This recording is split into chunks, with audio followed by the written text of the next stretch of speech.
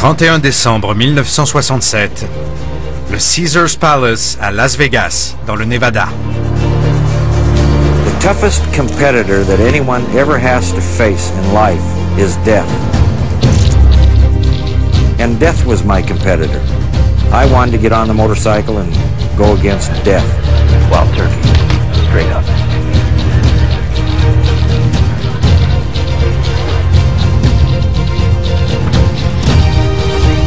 Robert Craig Knievel commence sa transformation pour devenir le casse-cou le plus célèbre du monde.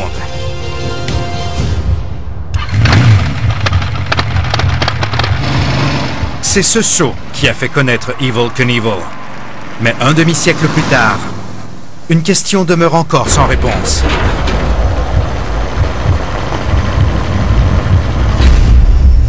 Pourquoi a-t-il raté son saut?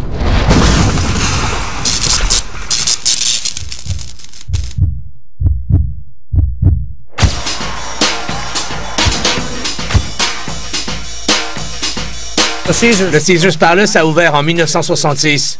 Jay Sarno l'a fait construire. C'est le premier hôtel spectaculaire de ce genre à Las Vegas. Quand le Caesars a ouvert en 1966, les gros joueurs se sont précipités à Las Vegas, ainsi que Sinatra et tous les grands noms du spectacle. Été 1967. Un cascadeur inconnu nommé Evel Knievel voit le Caesars Palace pour la première fois. Il décide de prendre part à l'action en sautant par-dessus les fontaines du nouvel hôtel. Il appelle le propriétaire Jay Sarno. Sarno? Hello, Gary Lang from the Esquire magazine. I heard about this guy, Evel Knievel? Never heard of him. Evel Knievel, everyone's talking about him. Says he's gonna jump the fountains at your casino there. I'd like to know where you heard that story from, pal. La première fois qu'Evel a appelé Jay Sarno, celui-ci l'a rabroué. Il lui a dit « Je n'ai pas le temps, je ne sais pas qui vous êtes. » You're dreaming, pal. Don't waste my time. Alors il s'est mis à incarner différents personnages. C'est qui cet Evel Knievel?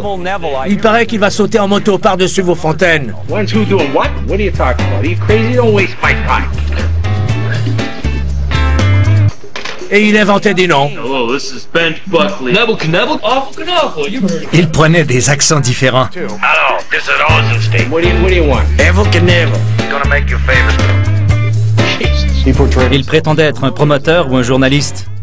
Il avait des pseudonymes, Frank Rosenstein, Evel Knievel par exemple. Tout ça pour rencontrer Jay Sarno. Et tout à coup, les médias se sont mis à appeler les Caesars pour demander quand le saut aurait lieu, pour y envoyer des journalistes. Ça a marché. Tout le monde s'est pris au jeu. Jay a compris l'enjeu. Hey, Betty! Get a hold of some guy called Evel Knievel. Il attire l'attention. Have him come in and see me. Je veux le rencontrer pour qu'il saute par-dessus mes fontaines. Et c'est comme ça que ça s'est passé. Jay Sarno était du genre à vouloir impressionner le monde. Ça se voyait dans les moindres détails et même dans les divertissements. So you're this Evel Knievel guy I've been hearing about. I've done some jumps recently and people have been talking about it. Wait a minute. What? That's your voice I heard on the phone. You called me all those times. Not all those times. Knievel tombe à point pour aider Sarno qui veut faire du Caesars la capitale du divertissement. Okay. Listen, what do you got? What do you got? Written up the plans myself. Those are your fountains. That's ramp 1, ramp 2. You got people all over, this everywhere you can fit. Okay, how many people? How many people? As many as you can get in. Okay. Thousands, my friend, thousands. And attention on your casino. Even more money. All right. You are now talking my language. I think we could do some business together. Thank you, Mr. Sarno. Cheers. To our business. We're gonna make some money. C'est le début d'une amitié qui durera toute leur vie. Jay et Evel se sont tout de suite bien entendus. Ils avaient tous les deux le goût du risque, dans tous les sens du terme. Et on peut dire que leur amitié est devenue très solide. La date du saut est fixée au 31 décembre 1967. Knievel va placer 2 rampes en bois espacées de 43 mètres de chaque côté du bassin.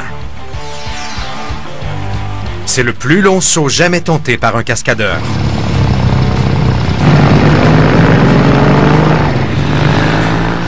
La moto de Knievel est une Triumph Bonneville, une moto anglaise de 650 cm3, peinte en rouge, blanc et bleu. Le musée Evel Knievel de Topeka, au Kansas, possède la plus grande collection d'objets associés à Evel Knievel au monde. C'est la copie exacte de la moto utilisée au Caesars Palace, une Bonneville Triumph 1967. Elle est peinte exactement comme celle d'Evel. Nous voulons que les gens voient avec quelle sorte d'engin il faisait ces sauts incroyables. En fait, c'était une sportive de série. Il était comme ça, Evel. Pas de moto trafiquée pour lui. La suspension n'était pas modifiée. Il sautait avec une moto ordinaire que n'importe qui pouvait acheter. C'était incroyable. Knievel a peu d'argent, mais il engage une équipe pour filmer sa cascade. Et ce n'est pas une équipe ordinaire. John Derrick est un ancien acteur, et sa petite amie Linda Evans est une actrice qui allait devenir célèbre grâce à son rôle dans le feuilleton Dynasty. So I'll go over there. Yeah. Yeah. And then I'm probably going to go somewhere over here. Okay, I'm going to stand over here if you want. Le reportage filmé au Caesars Palace, au dire des professionnels du cinéma, est l'un des meilleurs en son genre. Il a été filmé par la très belle Linda Evans.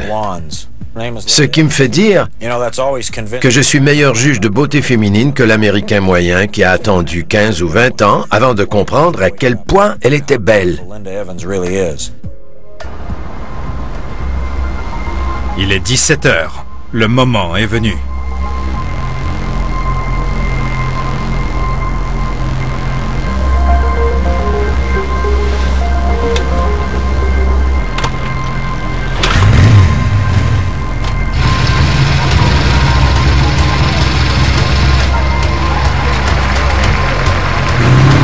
Knievel fait frémir la foule en cabrant sa moto. Le grondement de son moteur couvre leurs cris d'étonnement.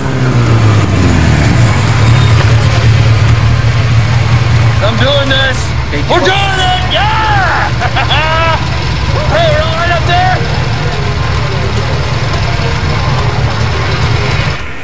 there. Il portait une cape. C'était Superman. Ça, c'est une cape qu'il a vraiment portée.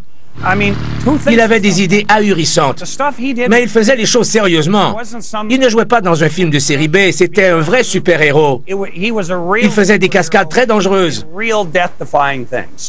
C'est pour ça qu'on parle encore de lui 50 ans plus tard.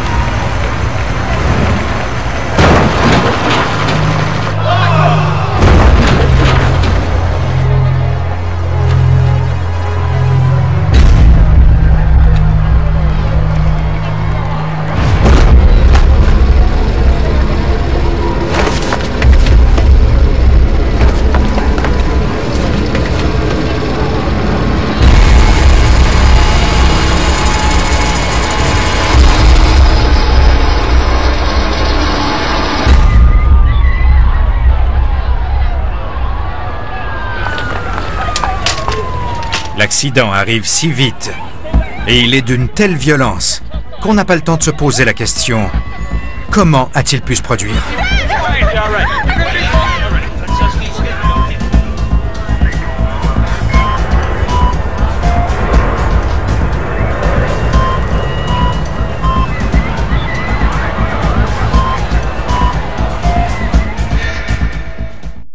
C'est une fontaine de jouvence.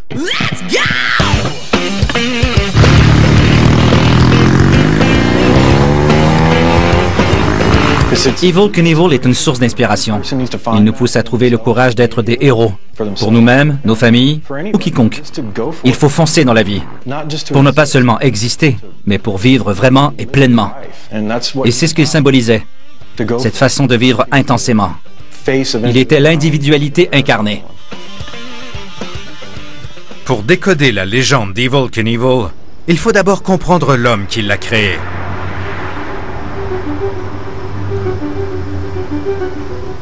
Robert Craig Knievel est né en 1938 à Butte, dans le Montana. Ses parents se séparent lorsqu'il est tout petit et il est élevé par ses grands-parents. À la fin des années 1950, il a déjà été soldat, voleur, vendeur, guide de chasse et ouvrier agricole. Il touche un peu à tout, mais n'aboutit à rien. Je m'appelle John Hughes. Je suis le directeur des archives publiques de Butte. La ville de Butte, dans le Montana, a toujours été un peu particulière. Les gens disaient qu'Evil faisait des choses si dangereuses que ça dépassait l'entendement. Il trouvait ça dangereux, certainement, mais il y gagnait du prestige. Ce qui nous inspire dans la vie, c'est d'abord ce qu'on voit autour de soi. Ce que je voyais près de chez moi, à Butte, c'était un souteneur avec des chaussures brillantes et une Mercury 1949. Il a grandi dans un quartier difficile, un peu comme tout le monde ici. Il a toujours vécu avec sa grand-mère. Mes grands-parents travaillaient du matin au soir pour gagner de quoi vivre. On ne leur a jamais rien donné, et à moi non plus. Soit je travaillais, ou alors je volais. Evel est devenu célèbre parce qu'il était intelligent et vif. Butte est une ville particulière, et ses habitants sont d'une espèce particulière. C'était presque le Far West. Et Evel était une sorte de Billy the Kid du XXe siècle. C'était un hors-la-loi. Les enfants étaient élevés tant bien que mal, dans un esprit de débrouillardise et de justice expéditive. On a raconté beaucoup d'histoires sur l'origine de son pseudonyme. J'étais de service cette nuit-là avec mon collègue Dale Labrèche, la nuit où Bobby Knievel est devenu Evel Knievel. Big Awful Knoffel était dans cette cellule et on a mis Bobby dans celle-là. On avait Awful Knoffel et Evel Knievel en même temps. La nuit serait agitée. Avant de devenir cascadeur, entre autres métiers, Evel a été concessionnaire de motos. Pour faire de la publicité, il participait à des défilés et faisait des acrobaties avec sa moto. Ça, c'est une photo et une reconstitution du numéro qu'il faisait. Il avait cette idée en tête et il attirait les foules. C'est comme ça qu'il s'est lancé en affaires. Son affaire, c'est la cascade en moto. Knievel rassemble une équipe disparate, les Motorcycle Daredevils, et c'est lui, bien sûr, qui est la vedette du spectacle. La première fois qu'il a sauté, c'était par-dessus une boîte remplie de serpents à sonnette. Et il a raté son coup. La boîte s'est ouverte, les serpents se sont échappés, et la foule a paniqué. Knievel saute ensuite à Indio, en Californie, en janvier 1966. Le succès est immédiat. En quelques semaines, il vend plusieurs représentations en Californie et dans le Midwest. Mais certaines de ces cascades ne se passent pas toujours bien.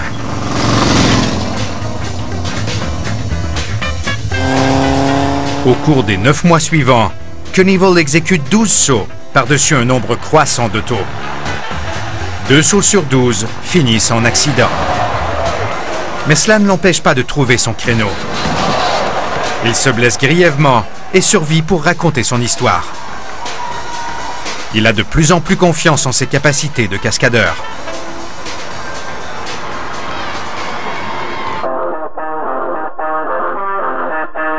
C'était une sorte de mélange de Steve McQueen et de Motard Cascou.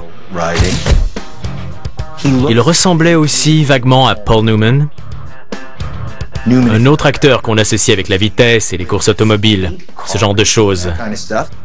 Enfin, quand il mettait son costume bleu, blanc et rouge d'Evel Knievel, on pensait à Elvis Presley et peut-être bien à James Dean. Il avait un peu cette allure. Knievel se demande comment faire de l'argent avec ses cascades.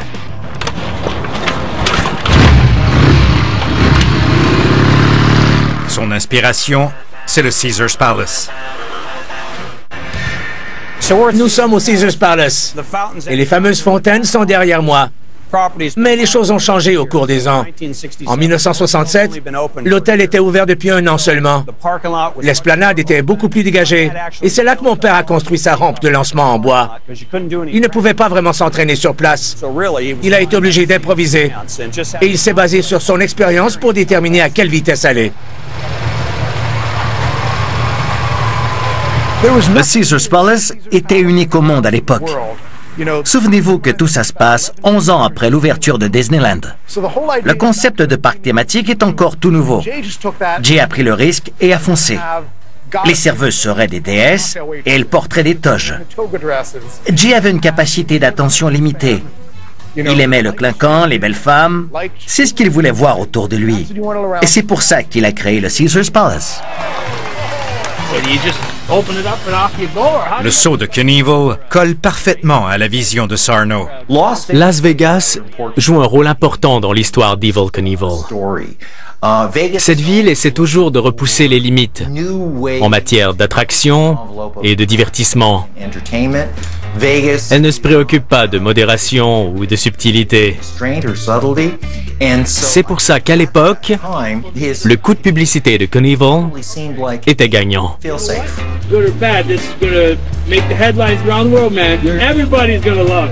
Mais peu importe qu'il réussisse ou non, le public était conquis d'avance. L'ancien cascadeur de foire rurale n'aura jamais eu de public aussi nombreux. Des gens venus de partout au pays convergent vers le Caesars. Même si Evel Knievel a déjà eu des doutes, il est maintenant trop tard pour faire marche arrière.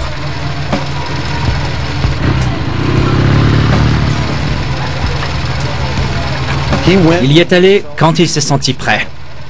C'était son travail. Il n'était pas question d'abandonner. Il avait donné sa parole, il était là, les gens avaient payé leur place. Et il disait toujours qu'il ne remboursait pas l'argent des billets. Il ne renonçait jamais. Il a pris son courage à 2 mains et une fois prêt, il s'est lancé.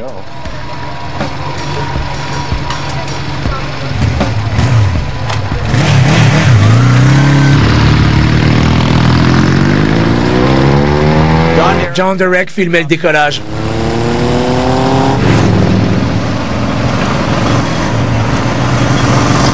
Linda Evans, l'atterrissage.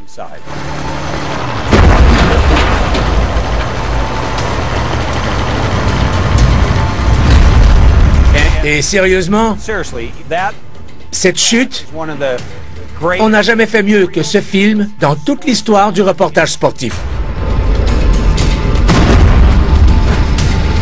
Ces 2 secondes poignantes semblent durer une éternité et sont pénibles à regarder.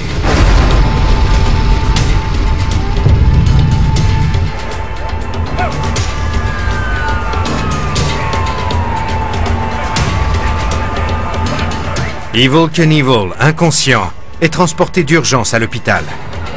Déjà, les paris sportifs sont ouverts et l'on mise sur ses chances de survie. Mais on commence à s'interroger. Que s'est-il passé?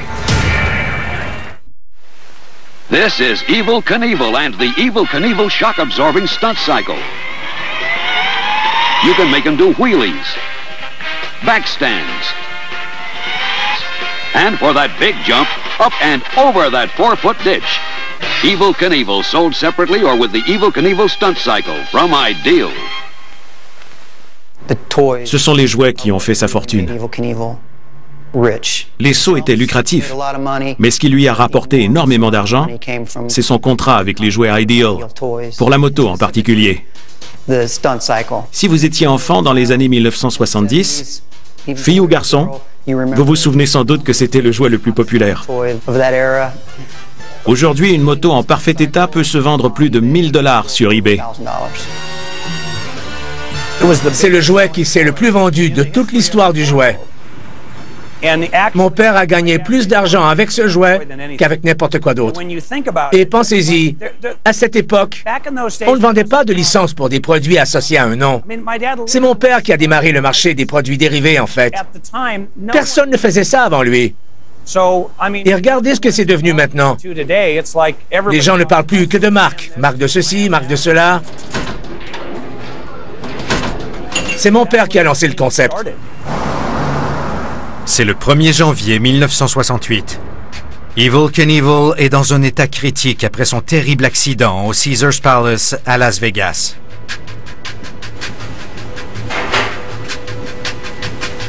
Peu de gens pensent qu'il s'en sortira.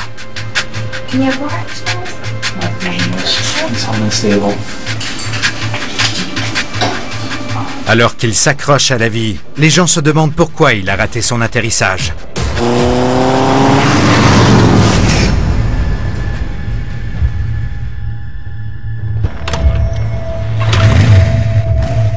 Knievel a réalisé son premier saut 2 ans auparavant seulement, par-dessus 2 cougars et une boîte remplie de crotales. Le saut devait faire 12 mètres. Il est tombé et il s'est cassé les 2 chevilles. Certains se demandent s'il était prêt à effectuer un saut plus long. Je pense que mon père était un homme de spectacle avant d'être un cascadeur. Je ne crois pas qu'il se destinait à ce métier au départ. C'était une personne vraiment unique. Il était né pour être célèbre. Il avait une telle imagination, il se démarquait complètement. Et la gloire, il l'a trouvée sur sa moto.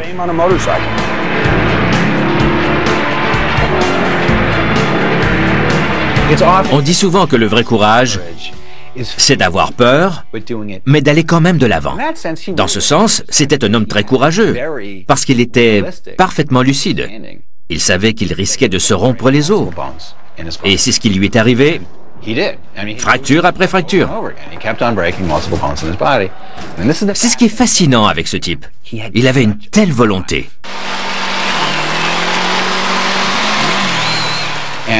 Peur de rien. Normalement, on fait des essais pour évaluer à quelle vitesse aborder un saut. À Las Vegas, il n'a pas pu faire de test. Il a dû se fier exclusivement à son intuition.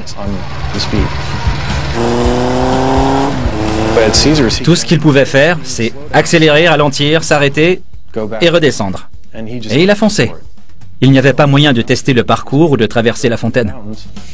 Malgré sa réputation de rater souvent ses cascades, son taux de réussite est impressionnant. Oui, vraiment. Il a eu 19 accidents alors qu'il a fait 172 sauts. Et les gens disent qu'il s'en est bien sorti.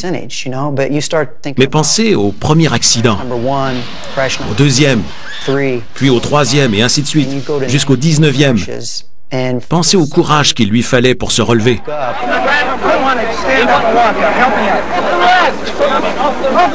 Et recommencer malgré toutes ces chutes. C'est pour ça qu'on l'admirait tant. En fait, Knievel a détenu le record de saut en longueur en moto pendant 20 ans. Ses talents de cascadeur n'ont jamais été égalés. Les experts s'accordent pour dire que sa chute aux Caesars n'était pas due à un manque de compétences ou de courage. Il faut examiner d'autres facteurs.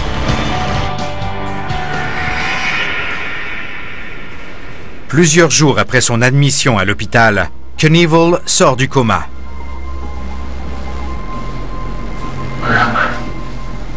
Las Vegas Memorial, Mr. Pugh. What happened? It's like a heck of a fall, Mr. Pugh. I broke something, didn't I? Just about everything. Il décide de faire croire qu'il est toujours dans le coma pour accroître l'intérêt du public. All one piece, though. Wow. À ce moment-là, les images de son accident ont été diffusées dans le monde entier. En manquant de se tuer, il est devenu célèbre. Mais les gens veulent savoir ce qui s'est passé.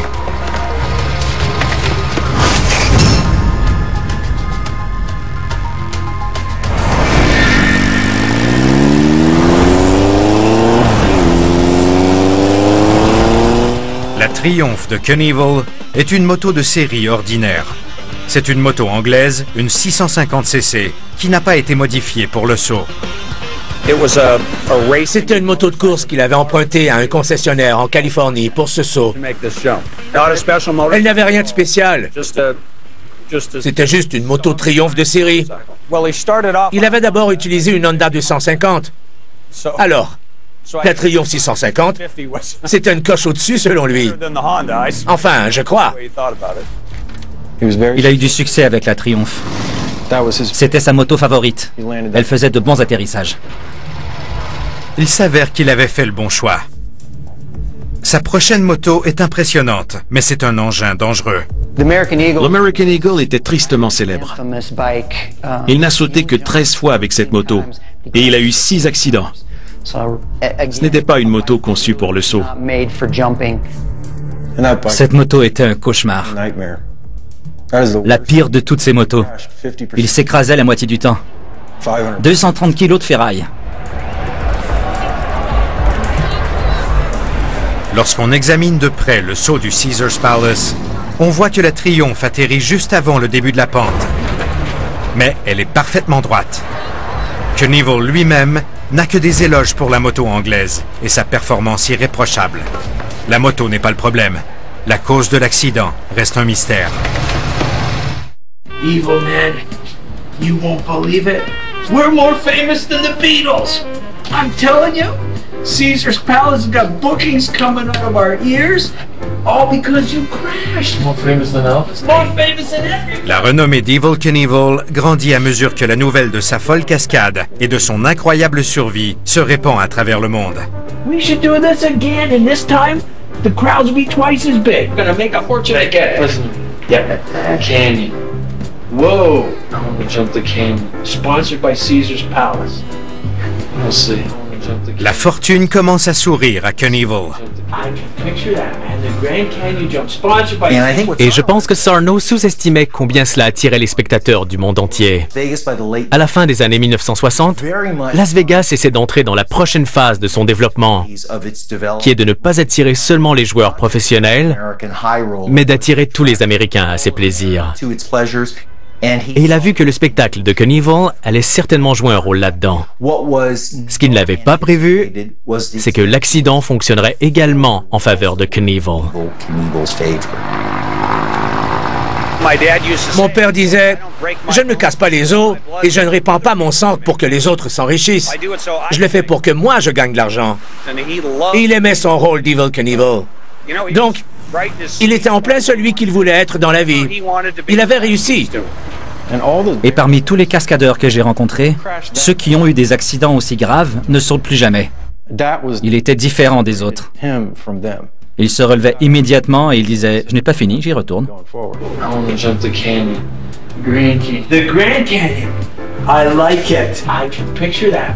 Et on connaît la suite. C'est cette envie de sauter de nouveau qui le distingue des autres. Do it again. I'm telling you, we'll make a fortune. A bigger crash. No, this time you're gonna land it. That's how. La douleur et la peur sont les signaux que le cerveau envoie pour vous dire de ne pas faire quelque chose. D'habitude, quand les gens éprouvent ces sensations, ils évitent de répéter l'action qui les provoque. Pour Evel Knievel, c'était tout le contraire. Il avait l'air attiré par la douleur et la peur. S'il est devenu une telle idole, c'est parce qu'il semblait indifférent à des sensations qui auraient poussé toute personne raisonnable à s'enfuir à toutes jambes. Je vois quelqu'un d'extrêmement intelligent et habile. Il avait entrepris de promouvoir sa propre image parce qu'il avait compris l'incroyable attrait visuel de ce qu'il faisait. Vous direz ce que vous voudrez, mais une moto qui vole dans les airs, c'est toujours un spectacle fascinant. Maintenant que Knievel est connu, il va pouvoir devenir riche. Mais une question le préoccupe toujours. Pourquoi a-t-il raté son coup? Tant qu'il n'a pas la réponse, son prochain saut pourrait aussi être le dernier. Evel Knievel détient le record du monde Guinness pour le plus grand nombre de fractures dans une vie. Et tout a commencé au Caesars Palace en 1967. Voici le casque qu'il portait ce jour-là. Il n'a jamais été montré au public jusqu'à cette année. C'est une pièce emblématique. Toutes les rayures viennent de sa chute sur l'esplanade du Caesars Palace.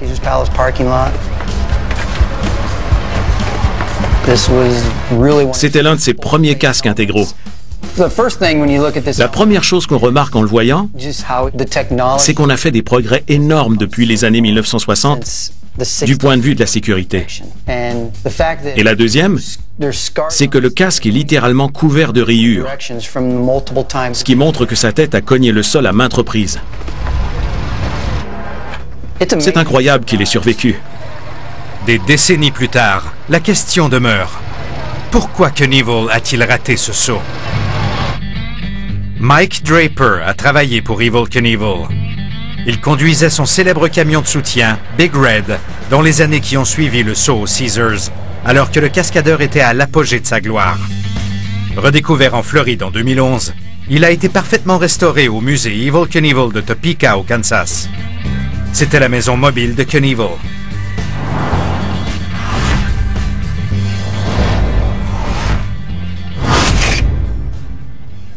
Aujourd'hui, Big Red contient un élément qui nous éclaire sur le saut de 1967.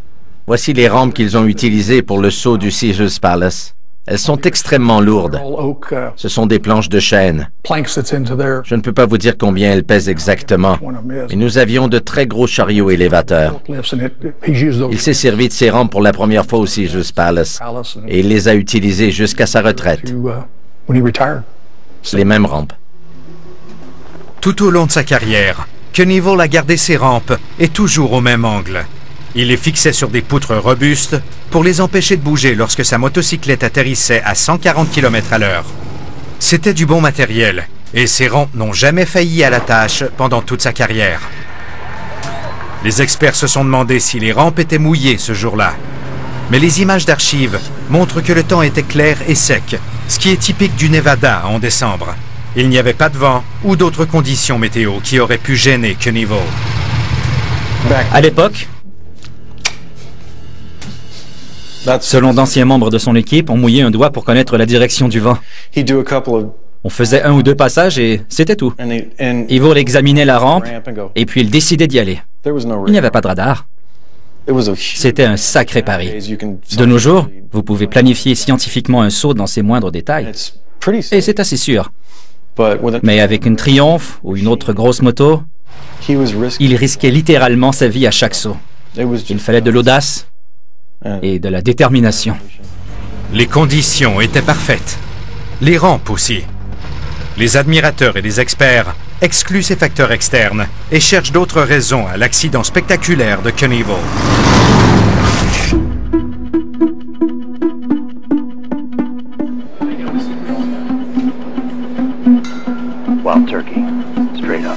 La légende dit que Knievel buvait toujours une rasade de bourbon juste avant une cascade.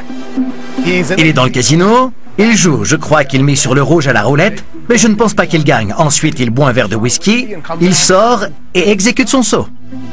Knievel a toujours dénoncé l'usage des drogues. Mais il se calmait les nerfs en buvant de l'alcool. J'avais besoin d'un petit coup de pouce. À bord de son bus, il y avait un bar où on ne trouvait que du bourbon. Plus tard, il a admis que l'alcool l'avait presque détruit. Je me sentais tellement mal au lendemain d'une cuite que j'étais déconnecté de la réalité. Je me suis mis à genoux et j'ai supplié Dieu pour qu'il m'aide à arrêter de boire.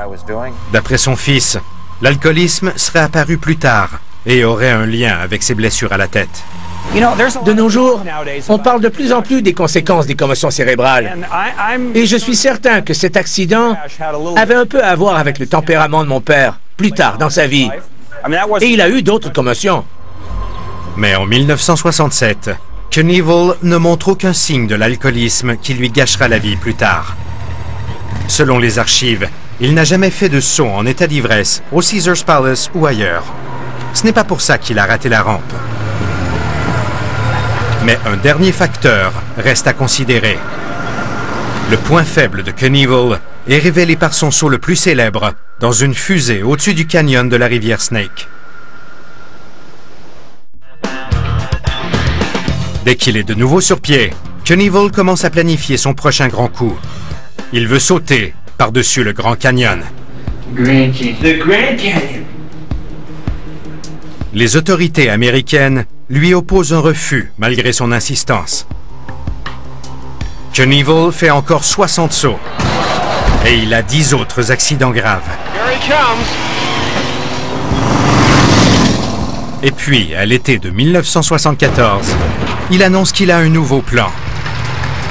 Je suis allé en Idaho et j'ai acheté un canyon. C'est mon canyon. Le 8 septembre, je vais sauter. Et personne ne pourra m'en empêcher à moins de me descendre avec un canon anti-aérien.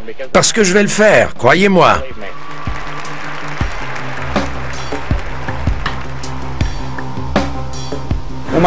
Mon père me disait souvent, si on a pu envoyer un homme sur la Lune, on trouvera le moyen de me faire voler au-dessus de la rivière Snake. Mais regardez le Sky Cycle de près. Cette capsule est une boîte de conserve. Sérieusement. Il fallait produire de la vapeur qui était expulsée à l'arrière de la fusée. Et il pensait voler au-dessus d'un canyon avec ça.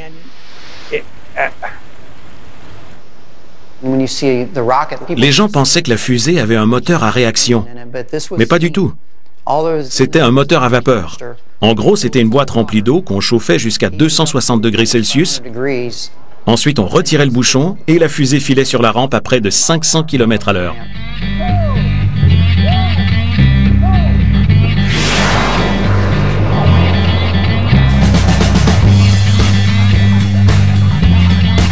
Comment et pourquoi a-t-il pensé sauter par-dessus le canyon de la rivière Snake?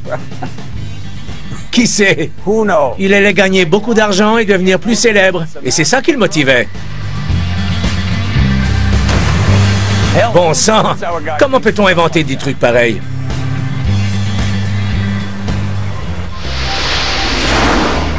Knievel fait une deuxième tentative. C'est aussi un échec. Cela fait 7 ans qu'il prépare le saut du canyon de la rivière Snake.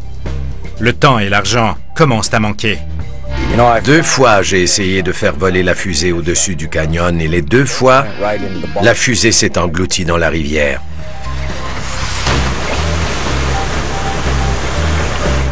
Je commençais à manquer d'argent et je n'avais plus qu'une fusée. Je devais tenter ma chance.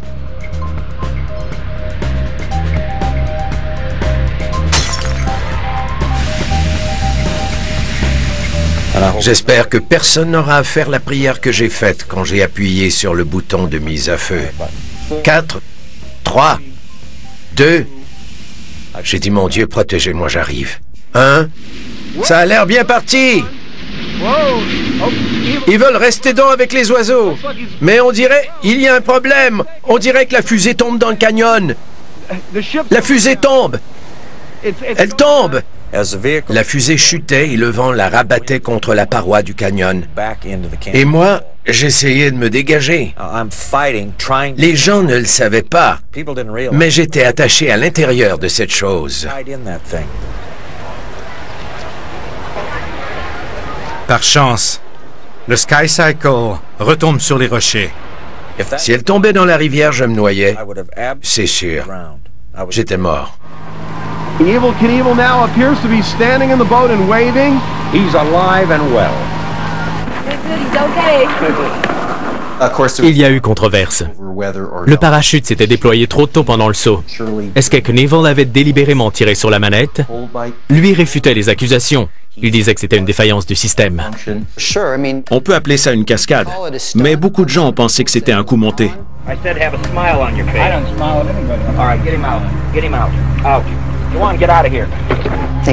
Evel considérait peut-être cet exploit positivement. Il venait d'échapper à la mort.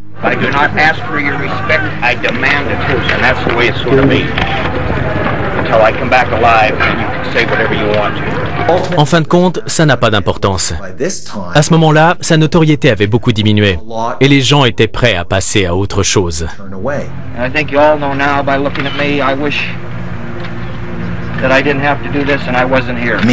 Pour la première fois, bon nombre de gens pensent qu'ils se sont peut-être fait avoir par ce type. Et quand la rumeur commence à se répandre, cela devient très difficile de maintenir le même niveau de popularité parce que les gens ne vous font plus confiance.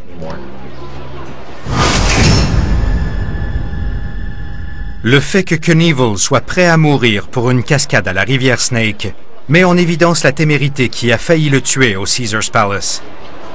Evil ne se sentait pas vraiment en contrôle, parce qu'il ne l'était pas, tout simplement. Quand il a surgi de cette rampe et qu'il s'est rendu compte qu'il allait rater l'atterrissage, il ne pouvait rien faire d'autre que d'attendre l'impact. Les gens devraient-ils faire des choses sachant qu'elles peuvent être éminemment dangereuses? Parfois, nous devrions écouter notre peur. Elle essaie de nous dire quelque chose. De nos jours, les gens rendent les choses très compliquées. Ils construisent des maquettes, ils étudient les trajectoires, ils essaient de calculer la distance en fonction du poids de la moto, selon les lois de la physique. Il a raté son saut parce qu'il n'allait pas assez vite. Ce n'est pas compliqué. Les experts comprennent pourquoi Knievel a raté le saut du Caesars. Il lui manquait seulement 1,6 km/h pour être à la vitesse nécessaire pour le réussir. Il n'avait pas les données dont il avait besoin pour accomplir son saut. Mais l'extraordinaire témérité l'ayant poussé à sauter ce jour-là était son ultime faiblesse. Je pense que son génie ne venait pas de ses connaissances en physique, mais plutôt de sa capacité à tenir les gens en haleine. Il savait comment le public allait réagir. Tant qu'il comprenait cela, il n'avait pas besoin de maîtriser les lois de la physique. Il savait qu'il allait probablement se faire des tas de fractures, mais il savait aussi qu'il allait gagner des millions de dollars et qu'il allait être célèbre. Pour lui, c'était une victoire.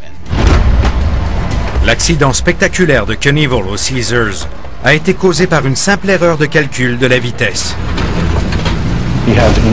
Il a dû se fier uniquement à son intuition pour la vitesse. Et il s'est trompé d'1,5 km à l'heure. Mais le destin joue un rôle énorme. S'il avait réussi, les gens auraient sans doute dit « Bah, je peux en faire autant ». La renommée de Knievel continue de briller. Il a à son actif 4 des 10 spectacles sportifs les mieux cotés de tous les temps, ainsi que la plus forte cote d'écoute pour une émission de Wide World of Sports. C'est le summum de la célébrité aux États-Unis. Ils ont fait une étude de reconnaissance du nom dans le monde. Et les 3 noms les plus cités étaient ceux d'Elvis Presley, Evel Knievel et Mohamed Ali. Evel Knievel meurt en 2007. Il a plus de 6 kilos de métal dans le corps. Il avait 69 ans. Il a tellement maltraité son corps que ça finit par le rattraper. Aujourd'hui, la légende de Knievel est plus forte que jamais. Evel Knievel est vraiment un homme de notre époque. Nous vivons dans une ère d'insouciance et de mépris total des conséquences. Il prétendait être un homme franc et direct, un homme ordinaire. Il disait qu'il était sincère. Prenons-le au mot et faisons-lui confiance. On verra bien si sa légende perdure. Mais pour le moment, ses exploits en font un héros de notre temps. Evel Knievel était vraiment un être spécial. Évidemment, c'était mon père et je l'aime beaucoup. Mais il a accompli des choses et il a cru en lui-même avec une force de caractère que je n'ai vu chez personne d'autre. Il était fier d'être ce qu'il était. C'était un être humain et bien sûr, il n'était pas parfait. Mais c'était